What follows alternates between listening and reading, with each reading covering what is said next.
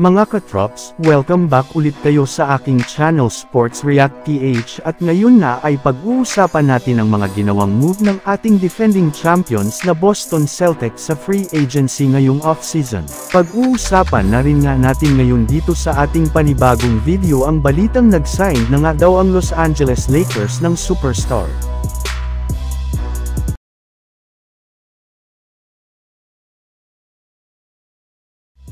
Kahit man nga mga katrops, hindi na kumuha pa ang Boston Celtics ng mga bagong player sa loob ng free agency market dahil sa kanilang napakalimitadong cap space ay may iba rin naman ng plano ang kanilang front office.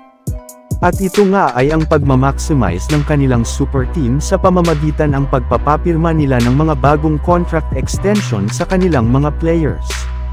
Sa katunayan, inumpisahan nga po nila ito sa pagbibigay kay Derek White ng 4-year, $125.9 million contract. Sinundan rin naman nga ito ng pagpirma ni Jason Tatum ng 5-year, $314 million contract. Pagpapapirma nila ulit sa kanilang mga role players na sina Luke Kornet, Nimi Akita, at kay Xavier Tillman Sr. At dahil nga dyan ay meron na nga po sila ngayong kabuuang 13 players na merong standard contract sa kanilang lineup.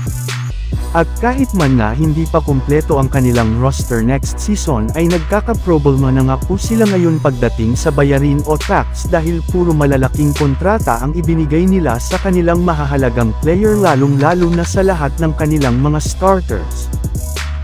Dahil mga katrops, wala pere namang nakukuhang malaking pangalan ang Los Angeles Lakers simula nang magbukas ang free agency market ay kumuha na nga si LeBron James sa kanilang team ng bagong kontrata na nagkakahalaga ng mahigit sa 2-year, $104 million o aabutin ng $52 million per year.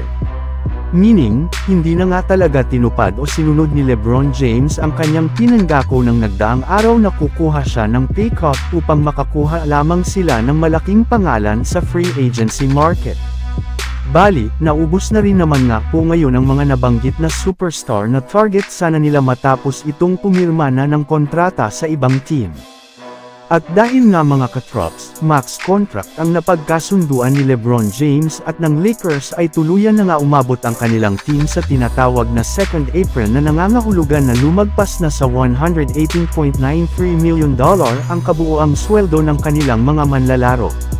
Sa madaling salita, sa pamamagitan na lamang nga talaga ng trade maaaring makuha ng Los Angeles Lakers ang kanilang target na superstar na si DeMar DeRozan ngayong off-season. So yun lang nga mga katrops ang handog ko sa inyong storya ngayong araw. Sana nag-enjoy kayo. Please like and subscribe my YouTube channel Sports React PH para sa iba pang storya at update patungkol sa NBA. Kita-kits muli sa ating susunod na video.